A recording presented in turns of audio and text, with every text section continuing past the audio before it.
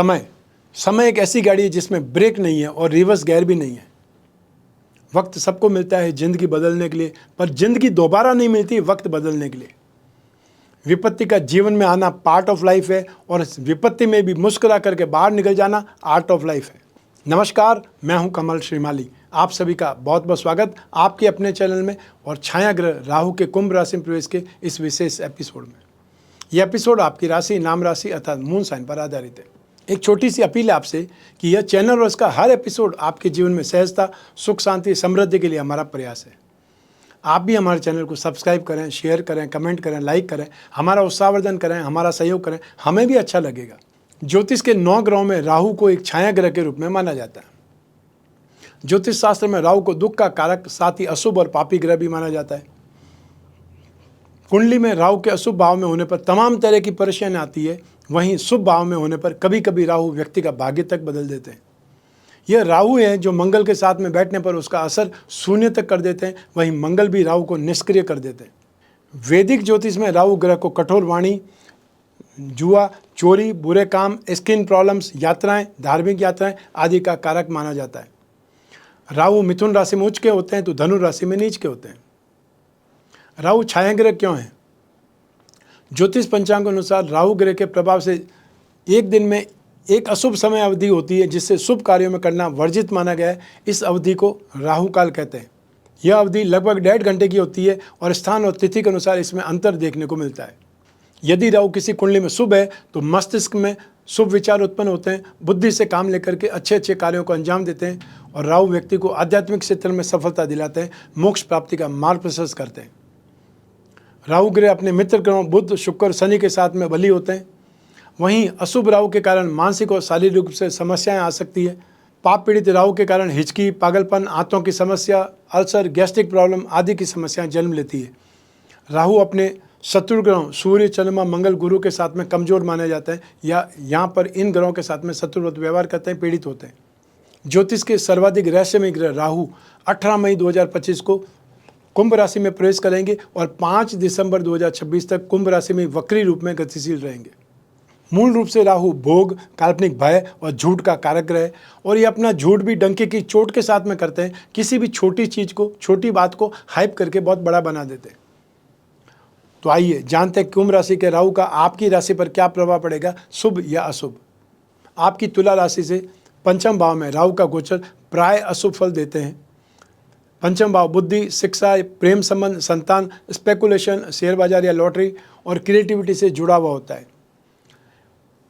Financial loss, unexpected expenses, संतान पक्ष में कठिनाई, अच्छाई बुराई करने में अंतर नहीं कर पाना, प्रेम संबंधों में अपमान, विवाह टूट जाना, संतान से दूरी जैसे अशुभ फल प्राप्त हो सकते हैं। किंतु राहु के प्रभाव से आपकी सट्टे या शेयर बाजार में विशेष रुचि अर्थात इंटरेस्ट जागृत हो सकता है। कुंभ राशि में राहु से आप प्रसिद्ध किंतु अहंकारी हो सकते हैं। प्राय व्यवसाय या शिक्षा के लिए उचित सेक्टर को फाइनल करने में बहुत कश्मकश रहती है और एजुकेशन में बहुत ज़्यादा एफर्ट करने पर ही संघर्ष के बाद ही सफलता मिल पाती है। आप में से जो जब तक किसी प्रेम संबंध में उनके लिए अवधि शानदार साबित हो सकती है। आप लोगों के प्रेम संबंधों में प्रेम और उत्साह में तीव्रता आ सकती है। जो सिंगल है उनके किसी रिश्ते में आने की प्रबल संभावना है, लेकिन विवाहित जातकों के अवैध संबंध बनने की भी संभावना है। राहु के प्रथम भाव अर्थात चंद्रमा पर दृष्टि के कारण मानसिक तनाव भी निरंतर घेरे रहेगा, इसलिए राहु के उपाय अवश्य करें और अपने आप को सही रखें, अपने आप को मर्यादित व्यवहार में रखें। लेकिन यदि आपकी जन्म कुंडली में राहु शुभ या उच्च राशि के हैं तो यह गोचर आपको धन ऐश्वर्य में अचानक वृद्धि देंगे। शेयर बाजार, स्पेकुलेशन आदि से लाभ मिलेगा। जिन्हें संतान की आशा है उन्हें संतान की प्राप्ति संभव हो सकती है। कीर्ति, यश मिलने वाले काम होते हैं। बेरोजगारों का रोजगार आरंभ होने जैसे फल मिलते हैं। भाग्य में लाभ में वृद्धि मिलती है और विवाह के योग बन सकते हैं। आइए अब बात करते हैं आपके स्वास्थ्य के बारे में कि राहु के इस गोचर परिवर्तन से आपके स्वास्थ्य पर क्या असर पड़ेगा। राहु के उस गोचर में पुत्र रोगी या किसी कारण से कुरूप हो सकते हैं।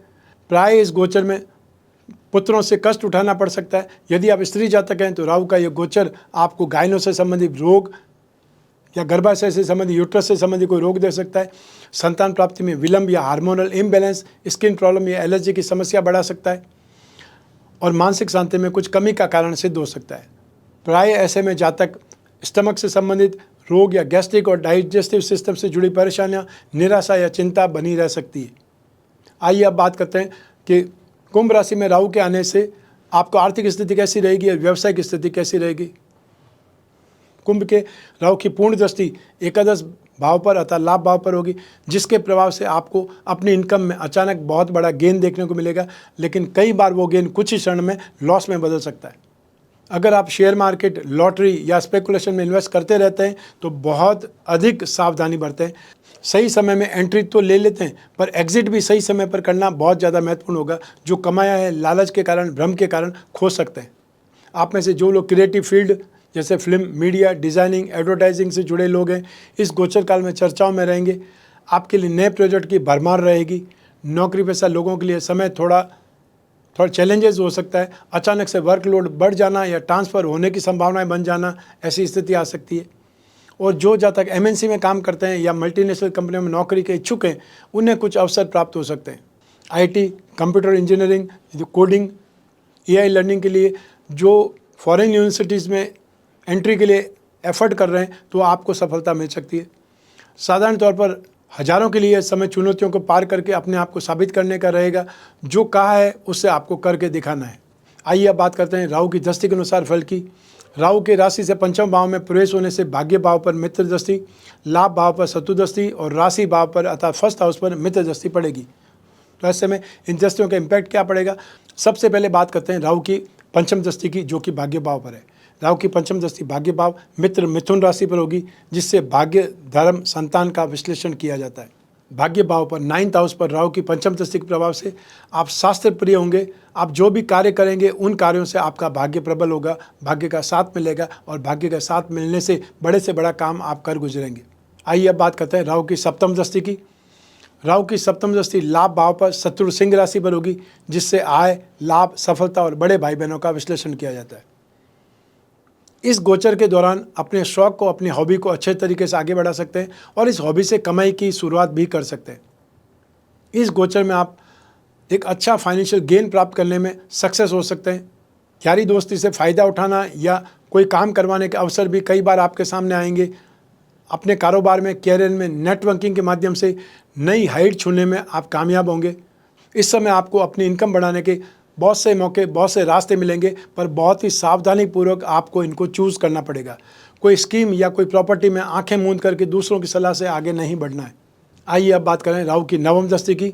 राहु की नवम दृष्टि आपकी राशि पर, मित्र तुला राशि पर होगी, जिससे स्वभाव का विश्लेषण किया जाता है।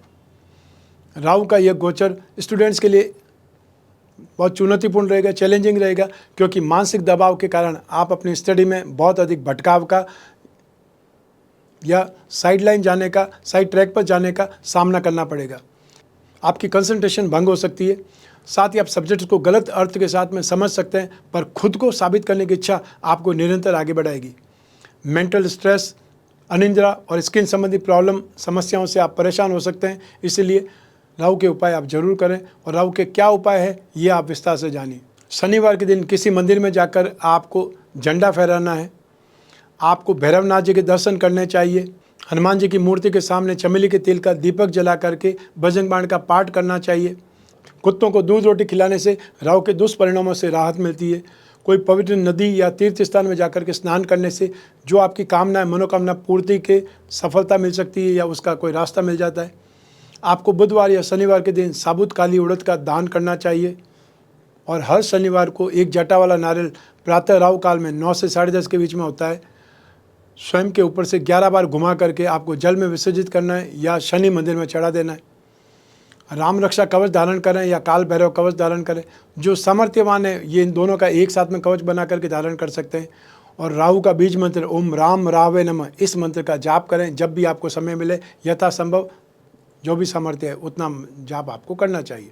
ये था आप तुला राशि के लिए कुंभ राशि में राहु का गोचर फल। आपकी जन्म कुंडली में से एक ग्रह चंद्रमा को आधार बना करके मैंने राशिफल या गोचर फल आपको बतलाया है। आप चाहें तो अपनी जन्म कुंडली के संदर्भ में इस गोचर फल को, राशिफल को सटीकता से जान सकते हैं, क्योंकि जन्म कुंडली आपकी अपनी है और आपकी अपनी डिटेल से ही बनती है। आपको क्या दशा चल रही है, आपको कौन सी अंतर्दशा चल रही है, आपकी कुंडली में राहु की क्या स्थिति है, कौन से ग्रहों के साथ में कौन सी दृष्टि में है, या आपकी कुंडली में कितने राजयोग हैं या दुर्योग है, उससे भी इस गोचर फल पर इम्पैक्ट पड़ेगा। लेकिन जीवन में जब समस्याएं ज़्यादा हो, भविष्य में झांकना हो, कोई बहुत बड़ा डिसीजन लेना हो, तो अपनी कुंडली का विश्लेषण करा करके आगे बढ़ना चाहिए। समय समय पर करवाना चाहिए। वर्ष में एक बार तो अपनी कुंडली के बारे में विश्लेषण करवा ही लेना चाहिए। यदि आने वाला समय शुभ है, पॉजिटिव है, तो आप ज़्यादा काम करेंगे, ज़्यादा समय काम करेंगे, डेयरिंग के साथ में काम करेंगे, उत्साह के साथ में काम करेंगे और ज़्यादा फायदा होगा। और यदि समय नेगेटिव है तो आप सावधानी से काम करेंगे, सोच समझ के काम करेंगे, नुकसान बच जाएगा और जितना नुकसान बचेगा वो भी आपकी इनकम है। तो फ़ायदा आप दोनों ही ढंग से उठा सकते हैं। आपकी जब भी जिज्ञासा हो अपनी कुंडली विश्लेषण की, स्क्रीन पर दिए हुए नंबर पर संपर्क करके अपॉइंटमेंट फिक्स करना है। चाहे वो टेलीफोनिक कंसल्टेंसी हो सकती है या वीडियो कॉन्फ्रेंसिंग के थ्रू आप कंसल्ट कर सकते हैं।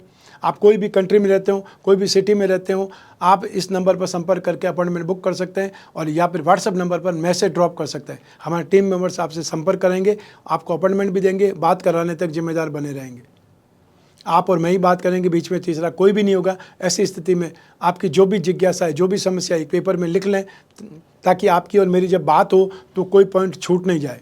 और जो उपाय होंगे निश्चित रूप से आप तक पहुंचेंगे व्हाट्सएप के माध्यम से या ईमेल के माध्यम से। जो आपको सही लगता है उस माध्यम से आपको मिल सकता है। आपको सिर्फ और सिर्फ एक ही काम करना है, अपॉइंटमेंट फिक्स करना है। आप जिस समय बात करना चाहते हैं, आपका अपना कन्वीनियंट टाइम हो सकता है, उस समय बात कर सकते हैं। मैं कामना करता हूं कि आप स्वस्थ रहें, प्रसन्न रहें और सुरक्षित रहें। अपना और अपने परिवार का बहुत बहुत ख्याल रखें। आप सभी को मेरा नमस्कार, बहुत बहुत शुभकामनाएं। ईश्वर आपकी रक्षा करे। धन्यवाद।